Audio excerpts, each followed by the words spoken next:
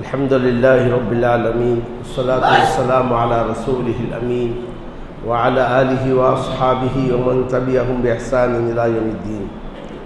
أعوذ بالله من الشيطان الرجيم. بسم الله الرحمن الرحيم. ولقد آتينا موسى الكتاب وقفينا من بعده بالرسل وآتينا عيسى ابن مريم البينات وأيدناه بروح القدس أفكلما جاءكم رسول بما لا تهوى أنفسكم استكبرتم ففريقا كذبتم وفريقا تقتلون وقالوا قلوبنا غلف بل لعنهم الله بكفرهم فقليلا ما يؤمنون. اور بلا شبہ ہم نے موسیٰ کو کتاب دی تھی اور ہم نے ان کے بعد ان کے پیچھے مسلسل رسول بھیجے اور ہم نے عیسیٰ بن مریم کو کھلی نشانیاں دی تھیں اور ہم نے ان کی تائید روح القدس یعنی جبرائیل کے ذریعے کی تھی. کیا یہ بات نہیں جب کبھی تمہارے پاس کوئی رسول آیا اس چیز کو لے کر جو تمہارے نفسوں کے جنہیں تمہارے نفس نہیں چاہتے تھے تم نے تکبر کیا بس تم نے نبیوں کی ایک جماعت کو جھٹلایا اور نبیوں کی ایک جماعت کو قتل کرتے رہے اور انہوں نے کہا ہمارے دل غلاف والے ہیں. ایسی بات نہیں بلکہ اللہ نے ان پر لعنت کی ہے ان کے کفر کی وجہ سے بہت ہی کم وہ ایمان لاتے ہیں. برادران صاحب اور خواتین، یہود کی عہد شکنیوں کا سلسلہ جاری ہے. اللہ عز و جل یہود کی شرارتوں اور ان کے وعدہ خلافیوں اور عہد شکنیوں کا تذکرہ کرتے ہوئے کہہ رہا ہے دیکھو ہم نے موسیٰ کو کتاب یعنی تورات دی. صرف یہی نہیں، موسیٰ علیہ السلام کے بعد ہم نے رسولوں کا ایک سلسلہ بنو اسرائیل سے جاری کر دیا جس کے آخری کڑی عیسیٰ بن مریم تھے. ہم نے عیسیٰ بن مریم کو کھلی نشانیاں دی تھی، معجزات دیے تھے. وہ کسی کوڑی پر ہاتھ رکھتے اسے شفا مل جاتی، کسی اندھے کے آنکھ پر ہاتھ رکھتے اس کی بینائی لوٹ آتی، کسی مردے پر کہتے اللہ کے حکم سے زندہ ہو جا وہ زندہ ہو جاتا ہے. ہم نے ایسی کھلی نشانیاں عیسیٰ بن مریم کو دی تھی بلکہ ہم نے عیسیٰ بن مریم کی تائید جبرائیل کے ذریعے سے کروائی تھی. لیکن ان بنو اسرائیل کو دیکھو، جب کبھی ان کے پاس رسول ایسے احکام لے کر آتے جو ان کی مرضی کے مزاج کے خلاف ہوتے تو فوراً تکبر کرتے. تکبر کا مطلب یہ ہے کہ حق کے خلاف ہو جاتے اور حق کو وہ ٹھکرا دیتے. اور ان کا وتیرہ یہ رہا ہے کہ بعض رسولوں کو انہوں نے جھٹلایا اور بعض رسولوں کو وہ قتل کرتے رہے، جیسا کہ عیسیٰ بن مریم کو انہوں نے جھٹلایا اور نبی اکرم صلی اللہ علیہ وسلم کو جھٹلائے اور زکریا اور یحییٰ ان دونوں نبیوں کا انہوں نے قتل کیا ہے. جب ان کے سامنے دعوت حق پیش کیا جاتا، قرآن مجید کو سنایا جاتا تو طنزیہ انداز میں مذاق کرتے ہوئے کہتے ہمارے دل تو غلاف والے ہیں. غلاف کا مطلب کہ دل پہ کور چڑھا ہوا ہے، دل ہمارے بند ہے، آپ کی باتیں ہمارے دل میں داخل نہیں ہو رہی ہیں. اللہ عز و جل نے کہا ایسی بات نہیں ہے، تم اسے اپنی کوئی خوبی مت سمجھو بلکہ اللہ نے تمہاری کفر کی وجہ سے تم پر لعنت کیا ہے، تمہارے دل ملعون ہیں، اسی لیے بہت کم تم ایمان لاتے ہو. یعنی چند باتوں پر ایمان لاتے ہو، بہت ساری باتوں کو چھوڑتے ہو، تمہاری اس ایمان کا اعتبار نہیں ہے، یا کہ تم میں سے چند ہی لوگ ہیں جو ایمان لاتے ہیں. اب اس کے بعد ایک اور شرارت کا ذکر کیا گیا کہ جب نبی اکرم صلی اللہ علیہ وسلم مبعوث نہیں ہوئے تھے، یہ یہودی مدینے میں رہتے تھے. اوس اور خزرج سے جب ان کی لڑائی ہوتی تھی تو کبھی وہ یہ کہتے تھے اور اوس اور خزرج کی لڑائی میں جب انہیں شکست ہوتی تھی، ہار ہوتی تھی، تو کبھی وہ دعا کرتے تھے اے اللہ جلد ہی نبی آخر الزمان کو بھیج تاکہ ہم اس کے ذریعے سے اوس اور خزرج اور مشرکین سے لڑائی کریں اور کامیابی حاصل کریں. یا کہ جب کبھی انہیں مشرکوں سے یا اوس و خزرج سے شکست ہوتی تھی تو تو کہتے تھے آج تم ہم پر جیت جا رہے ہو، لیکن جلد ہی نبی آخر الزماں ظاہر ہونے والے ہیں، ان کے ساتھ مل کر ہم تم سے قتال کریں گے اور تم پر غالب پائیں گے۔ تو نبی اکرم صلی اللہ علیہ وسلم کی آمد سے پہلے آپ کے ذریعے سے، آپ کے حوالے سے فتح کی بات کرتے تھے کہ نبی آخر الزماں آنے والے ہیں اور ہم ان کے ذریعے سے مشرکوں پر اور اوس و خزرج پر کامیابی حاصل کریں گے۔ مگر ان کی شرارت دیکھیے، جب نبی آخر الزماں آ گئے تو انکار کیا۔ ایسا کیوں پہچانتے نہیں ہیں؟ کیوں ایسا کیا؟ کیونکہ نبی آخر الزماں ان کی نسل سے نہیں آئے، دوسرے نسل سے آئے۔ وہ یہ چاہتے تھے نبی آخر الزماں بنو اسرائیل سے ہو، اسحاق کی اولاد میں سے ہو، لیکن اللہ عز و جل نے نبی آخر الزماں کو اسماعیل کی اولاد سے بھیجا۔ اس بنیاد پر نبی آخر الزماں کو جانتے ہوئے، پہچانتے ہوئے نبی آخر الزماں کا انکار کیا اور ان کے تعلق سے انہوں نے کفر کیا ہے۔ اسی لیے جب نبی اکرم صلی اللہ علیہ وسلم حج کے موسم میں مکہ مینا کے وادی میں دعوت پیش کرتے تھے اور پیچھے سے ابو لہب آتا اور کہتا یہ بے دین ہے، اس کی بات مت مانو۔ لوگ کہتے یہ دونوں کون ہیں؟ کہا جاتا چچا اور بھتیجا ہے۔ تو لوگ کہتے تھے پہلے چچا اور بھتیجا معاملہ صاف کر لیں پھر ہمارے پاس آئے۔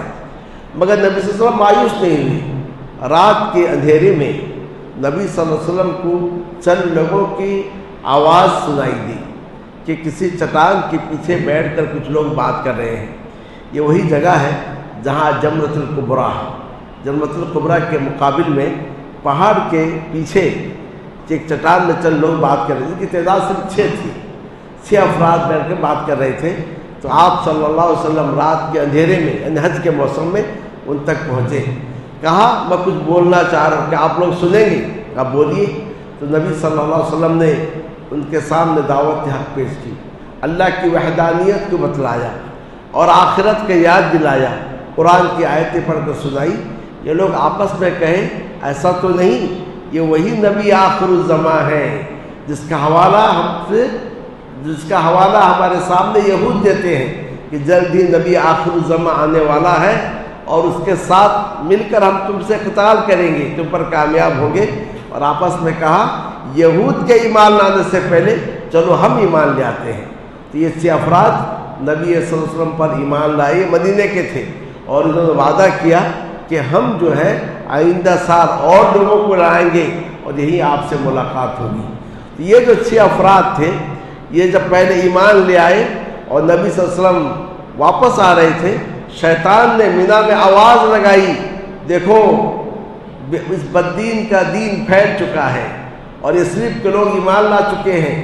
تو لوگ دوڑتے ہوئے ادھر ادھر آئے تو دیکھا کوئی نہیں ہے اور اس 6 افراد بھی غائب ہو گئے۔ تو الغرض اس سے بات معلوم ہوئی داعی کو چاہیے مایوس نہ ہو، ایک فردی کیوں نہ ہو دعوت پیش کرے، 2 فردی کیوں نہ ہو دعوت پیش کرے، اللہ عز و جل 1 اور 2 میں برکت دے سکتا ہے۔ اور اس سے ایک بات معلوم ہوئی کہ یہود نبی صلی اللہ علیہ وسلم کی بعثت سے پہلے آپ کا تذکرہ کرتے تھے، آپ کا حوالہ دیتے تھے، نبی آخر الزماں آنے والا ہے، ہم اس پر ایمان لا کر ہم جو تم سے لڑیں گے، بلکہ اللہ سے دعا کرتے تھے جلد اس نبی کو بھیج تاکہ ہم اس پر ایمان لا کر مشرکوں پر غلبہ حاصل کریں۔ لیکن جب نبی آ گئے تو انہوں نے حسد اور جلن کی وجہ سے نبی کا انکار کیا۔ اللہ تعالیٰ نے فرمایا وَلَمَّا جَاءَهُمْ كِتَابٌ مِّنْ عِندِ اللَّهِ مُصَدِّقٌ لِّمَا مَعَهُمْ، جب ان کے پاس اللہ کے پاس سے ایک کتاب آئی جو اس چیز کی تصدیق کر رہی ہے جو ان کے ساتھ ہے، یعنی اس قرآن مجید تورات کے احکام کی بھی تصدیق کرتی ہے۔ وَكَانُوا مِن قَبْلُ يَسْتَفْتِحُونَ عَلَى الَّذِينَ كَفَرُوا، اور یہ لوگ اس سے پہلے اس کتاب کے حوالے سے یا اس نبی کے ذریعے سے کافروں پر فتح طلب کرتے تھے یا فتح کے لیے دعا کرتے تھے۔ فَلَمَّا جَاءَهُم مَّا عَرَفُوا كَفَرُوا بِهِ، جب یہ نبی ان کے پاس آیا یا یہ کتاب ان کے پاس آئی تو پہچانے نہیں، انہوں نے اس کا انکار کیا۔ فَلَعْنَةُ اللَّهِ عَلَى الْكَافِرِينَ، کافروں پر اللہ کی لعنت ہو۔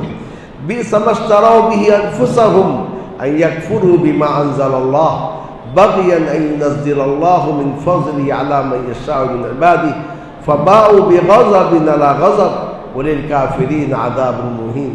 کیا ہی بری چیز ہے جس کے ذریعے انہوں نے اپنے آپ کو بیچ دیا۔ یعنی انہوں نے حسد، عناد، کینہ کی بنیاد پر اپنے نفس کو بیچ دیا۔ کیسے بیچا؟ یہ کہ انہوں نے انکار کیا اس چیز کا جسے اللہ نے نازل کیا ہے، حسد کرتے ہوئے اس بات پر کہ اللہ اپنے فضل کو اپنے بندوں میں سے جس پر چاہے نازل کرے۔ تو اس پر انہوں نے حسد کیا، اللہ نے نبی اسحاق کے نسل سے کیوں نہیں بھیجا، بنو اسرائیل سے کیوں نہیں بھیجا؟ اسی حسد و جلن کی وجہ سے انہوں نے اپنے نفس کا بڑا خراب سودا کیا، نفس کو بیچ ڈالا اور اللہ کی آیتوں کا انکار کیا۔ فَبَاءُوا بِغَضَبٍ عَلَىٰ غضب، غضب پر غضب کے ساتھ لڑ گئے، یعنی کئی ناراضگیاں اللہ تعالیٰ کی انہوں نے مول لی، اور کافروں کے لیے رسوا کن عذاب ہے۔ اب اللہ عز و جل بنو اسرائیل کے تعلق سے کہتا ہے کہ جب ان سے کہا جاتا ایمان لاؤ اس پر جسے اللہ نے نازل کیا ہے، یعنی قرآن پر ایمان لاؤ، تو کہتے تھے ہمارے لیے تورات پر ایمان لانا کافی ہے، ہمارے پاس بھی یہ کتاب ہے تو ہم اس پر ایمان لائیں، وہی کافی ہے، ہم اس پر ایمان نہیں لائیں گے۔ حالانکہ یہ کتاب یعنی قرآن مجید تورات کی تصدیق کر رہی ہے، اور تورات میں اس کتاب کا تذکرہ بھی ہے، تورات میں ان سے عہد لیا گیا ہے کہ جو بھی رسول آئے گا اس پر ایمان لاؤ گے، لیکن وہ کہتے ہیں نہیں، ہمارے لیے تورات کافی ہے، ہم قرآن پر ایمان نہیں لائیں گے۔ تو اللہ عز و جل نے کہا ان جھوٹوں سے پوچھو، اگر تورات پر تمہارا ایمان ہے تو اس سے پہلے نبیوں کو تم قتل کیوں کر رہے تھے؟ اگر تورات پر تمہارا ایمان ہے اس سے پہلے تمہارے آبا اور اجداد جو نبیوں کو قتل کر رہے تھے کیوں کر رہے تھے؟ کہ یہی تورات پر ایمان ہے کہ تم نبیوں کو قتل کرو؟ اگر تورات پر تمہارا ایمان ہے، موسیٰ جب تمہیں چھوڑ کر طور پہاڑ گئے تورات لانے کے لیے، تم نے بچڑے کی عبادت کیوں شروع کی؟ کہ یہی تورات پر تمہارا ایمان ہے۔ اگر تورات پر تمہارا ایمان ہے تو ہم نے جب تم سے عہد پیمان لیا اور تمہارے اوپر پہاڑ کر دیے اور تم سے کہا ہم جو کچھ دے رہے ہیں مضبوطی سے تھام لو اور سنو، تم نے اپنے دل میں کیا کہا تھا؟ کہا تھا ہم سن لیے اور نافرمانی کیے۔ یعنی ادھر زبان سے کہہ رہے تھے ہاں ہم اقرار کر رہے ہیں، ہم اطاعت کریں گے، اور دل میں کہہ رہے تھے ٹھیک ہے ہم اب سن لیے ہیں لیکن ہم کو نافرمانی کرنی ہے۔ بچڑے کی محبت ان کے دل میں پلا دی گئی تھی، تو کہا تمہارا ایمان تمہیں کیا ہی برا چیز کا حکم دیتا ہے حقیقت میں اگر تم مومن ہو۔ یعنی گویا یہاں جھٹلایا جا رہا ہے تم جو دعویٰ کرتے ہو تورات پر ہمارا ایمان ہے، تمہارا تورات پر بھی ایمان نہیں ہے۔ اگر تورات پر ایمان ہوتا تم ضرور قرآن مجید پر ایمان لاتے اور محمد صلی اللہ علیہ وسلم پر ایمان لاتے۔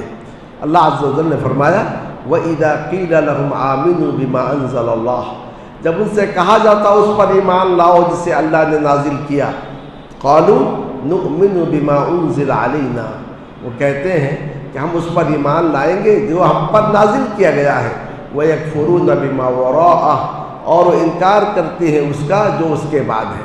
یعنی کہتے ہیں تورات پر ہمارا ایمان ہے اور قرآن مجید کا وہ انکار کرتے ہیں۔ وَهُوَ الْحَقُّ، حالانکہ قرآن مجید حق ہے، مصدقا لما معہم، اس چیز کی تصدیق کرنے والا ہے جو ان کے ساتھ، یعنی قرآن مجید بھی تورات کی تصدیق کرتا ہے۔ تو آئے نبی آپ ان سے کہہ دیجئے تم اللہ کے نبیوں کو قتل کیوں کرتے ہو یا کیوں کر رہے تھے اس سے پہلے اگر تم مومن تھے؟